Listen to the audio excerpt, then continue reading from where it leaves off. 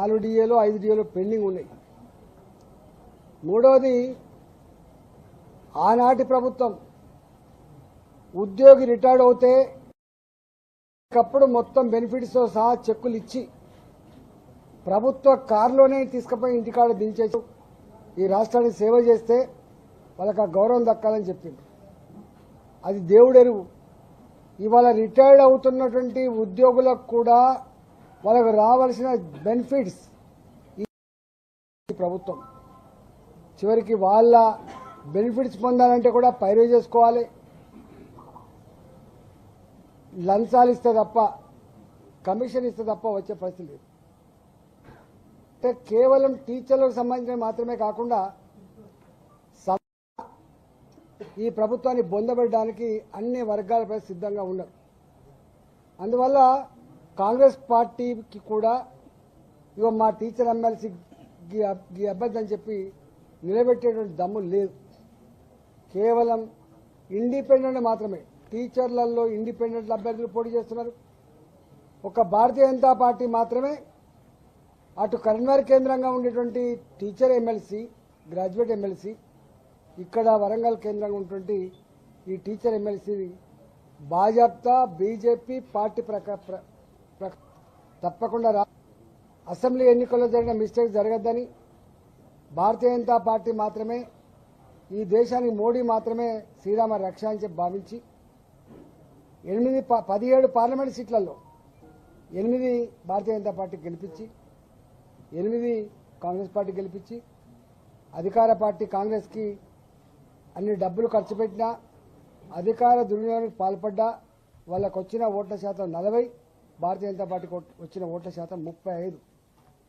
అంటే సంకేతం ఇచ్చారు, రాబోయే కాలం భవిష్యత్ అంతా కూడా భారతీయ జనతా పార్టీది మాత్రమే అని చెప్పి సంకేతం ఇచ్చారు.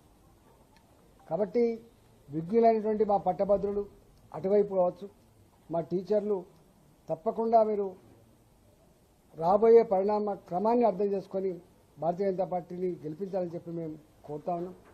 మీరు చూస్తూ ఉన్నారు ఇవాళ ఎంత కరప్ట్ ప్రాక్టీసెస్ నడుస్తున్నాయో.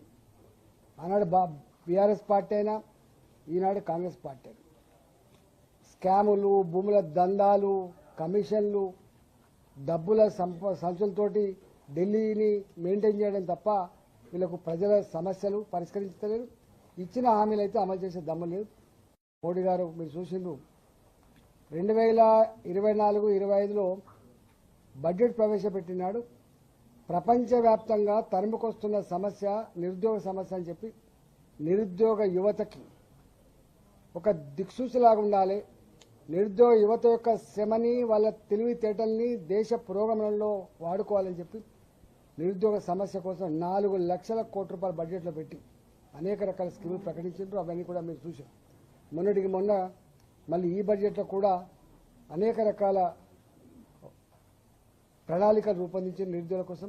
కాబట్టి ఏమాత్రం ఇక్కడ అభివృద్ధి జరగాలన్నా కూడా భారతీయ జనతా పార్టీ మాత్రమే అని చెప్పి మనం చేస్తా ఉన్నా.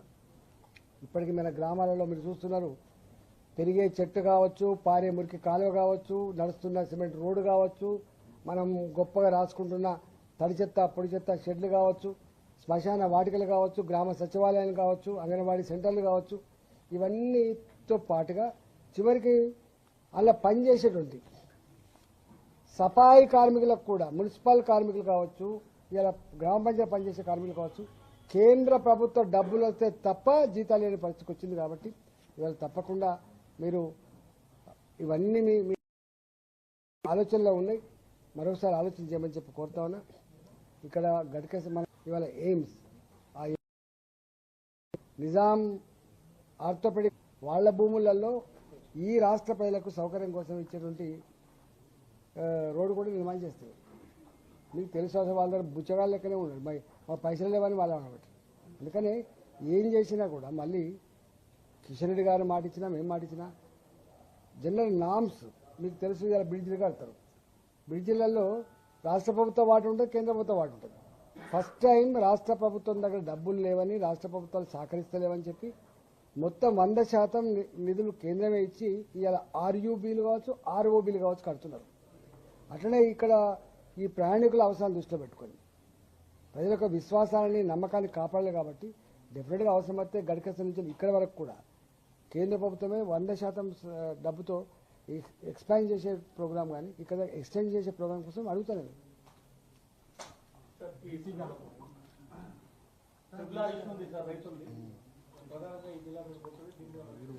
మీరు చూసిండ్రు అసలు ఏంటంటే గ్రీన్ ఫీల్డ్ రోడ్లు కానీ త్రిబుల్ కానీ రాష్ట్ర ప్రభుత్వం వేస్తున్న రోడ్డు కానీ ఈ రోడ్లలో ఏమైంది అంటే ప్రాక్టికల్ రేట్ ఏమో ₹1,00,00,000 1,10,00,000 ఉందనుకోండి, రిజిస్టర్డ్ వాల్యూ 3 లక్షలు 2 లక్షలు ఉంటాయి. 2013 చట్ట ప్రకారంగా వాళ్ళకు డబ్బులు వచ్చినా కూడా 8 లక్షల రూపాయలు 10 లక్షల రూపాయలు అంటే ₹1,00,00,000 ఉన్న భూమికి ఎన్ని రకాల తిప్పి అడిగినట్టుగా మా పార్టీ విధానం కూడా అదే. రైతాంగం భూములు కోల్పోతున్నప్పుడు ఎంతో దుఃఖం ఉంటుందో మాకు తెలుసు. భూమిని కేవలం డబ్బు లెక్కనే చూడరు, సోషల్ స్టేటస్గా భావిస్తారు. జీవితం అది. ఒకసారి భూమి పోతే ఖతమైపోతుంది ఫ్యామిలీ. కాబట్టి ఇవాళ పూర్తి స్థాయిలో ఇవ్వాలని కోరుతున్నాం. ఈ RRR నార్త్ సైడ్ కావచ్చు, ఇటు సైడ్ కావచ్చు, ఆందోళనకు మేము కూడా మద్దతు ఇచ్చిన విషయం మీకు తెలుసు.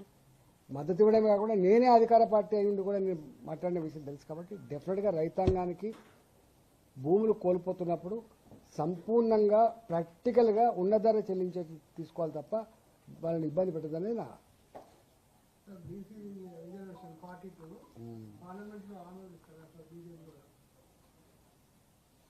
అసలు వాళ్ళు పంపితే కదా.